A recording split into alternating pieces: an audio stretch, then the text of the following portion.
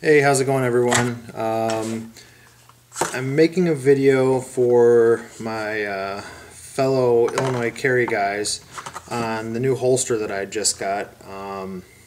As you all know, we have concealed carry coming to Illinois soon, and everyone for the past several months is kind of gearing up. They're getting their carry guns, they're getting their holsters and other odds and ends, figuring out what they want to carry.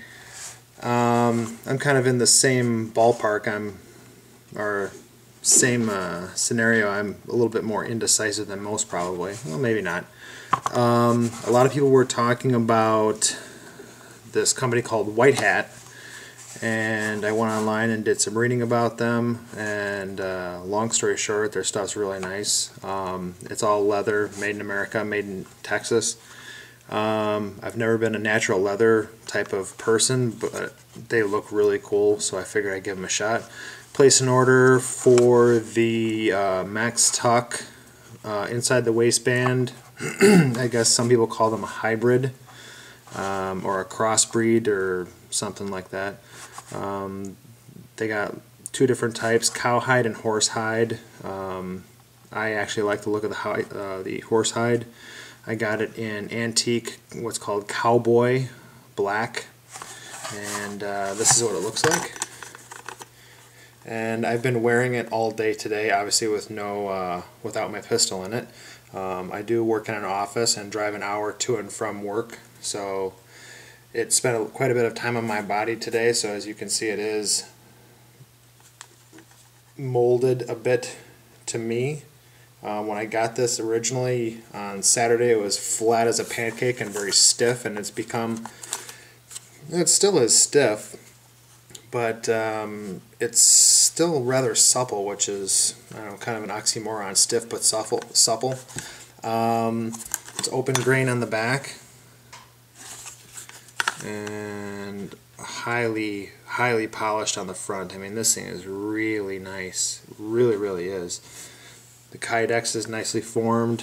The screws on the back are really flat. You cannot even feel them. I've never even seen T-nuts or whatever. I think they're called T-nuts like this before. The clips are really tight. A lot of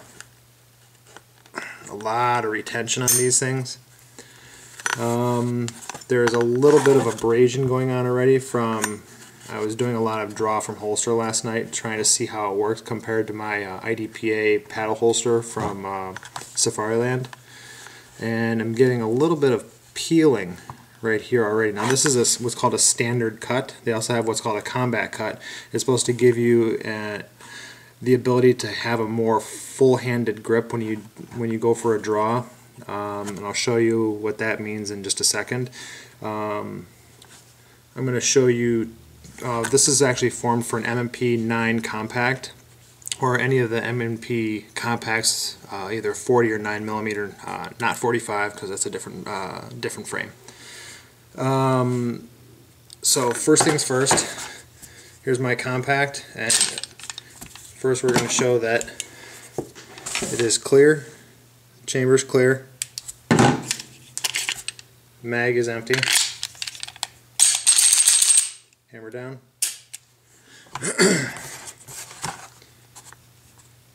You can see how it fits in there.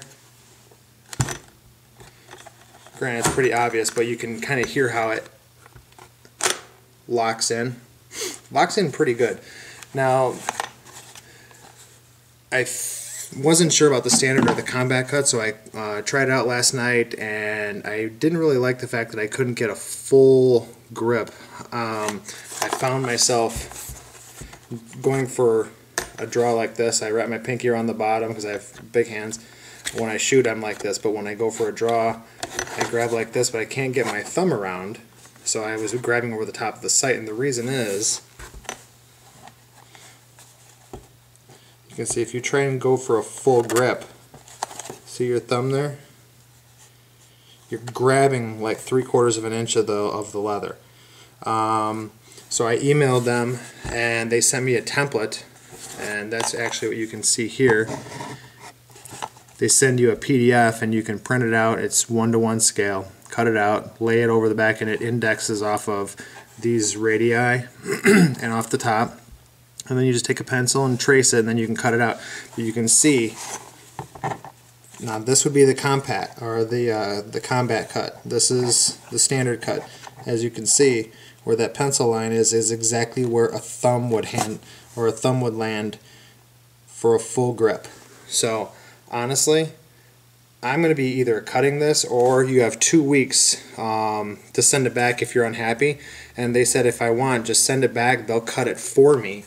Just in case I mess it up. Leather is pretty thick. I've never cut leather, don't really know how to. I'm sure it can't be that difficult, but I don't know. I gotta think about it.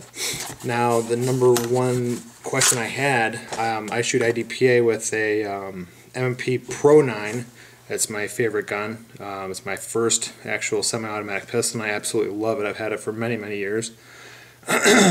And I wondered if it would actually fit in here, and which they should because of the same frame.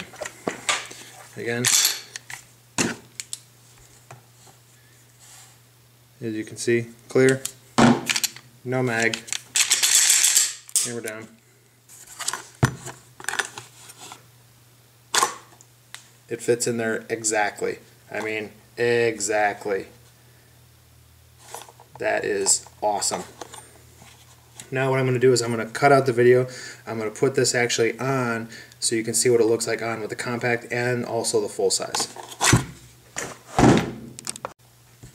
Okay, I'm back. It only takes about like 45 seconds or so to put it on, but I did pause the camera because you kind of have to undo your belt and unbutton your pants or shorts a little bit to kind of get it nestled in there, and then once you kind of get it inside your waistband with not even clipped in, then you can button your pants, tighten your belt again, and then kind of cinch it back into place. The first couple times you try and put it on, it's a little difficult, but after that it becomes pretty easy. It's really not difficult. Now, I tried an appendix, no good. It's not for me. I've read that appendix carry is for certain people, or a lot of people don't like it. It's pretty specific. I didn't like it. I tried on the side. I'm 6'4", 240 pounds. I'm a 38 waist-ish. I tried wearing it directly on my side with the barrel going down the actual side seam of my pants, and it just doesn't fit. It doesn't feel right. It feels weird. It puts a lot of pressure on the Kydex. Kind of puts it in a bending moment. So what I did is I moved it around to the back side a little bit to here. So it's not here, it's cocked back just a little bit, and this is really comfortable. I mean, you can barely even tell that it's there.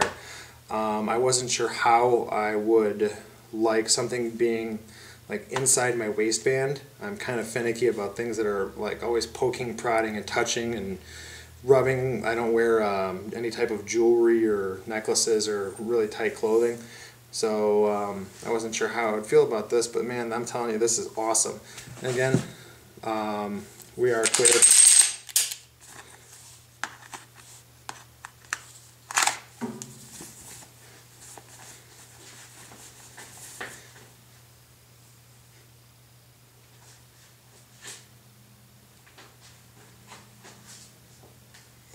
You can see a little bit of the extended pinky mag. I think if I rotate it around a little bit, where this became more parallel with the small of my back, I think it would disappear a little bit more. I still have to monkey with it a little bit to see you know, what positions work. I guess I could try it right now.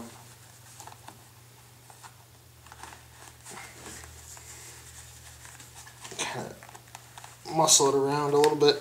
There we go.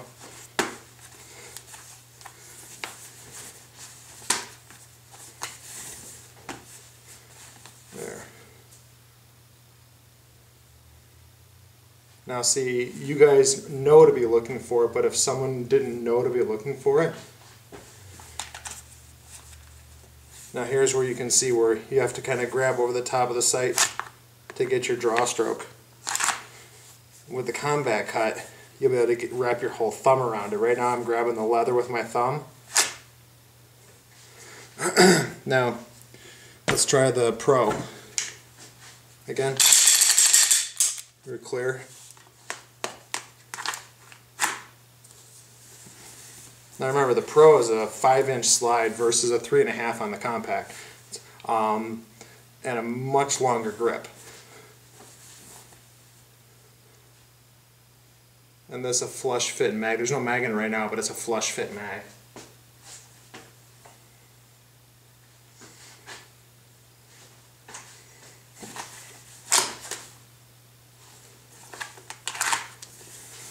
You know, you can move that around really easy. I mean, it really goes back in. You can reholster really easily.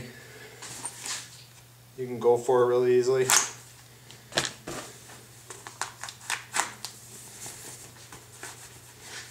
And I'm wearing my belt, yeah, kind of loose right now. Nothing, not tight, not crazy. Let's take the mag out actually.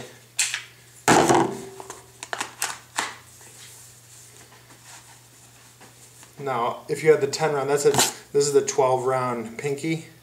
You can also use the 10 round flush mag. And you can see it maybe just a little bit, but not too much. Sitting down, it's comfortable. No problem. So anyway, this is probably much longer than it needed to be, but I'm not really good at doing videos.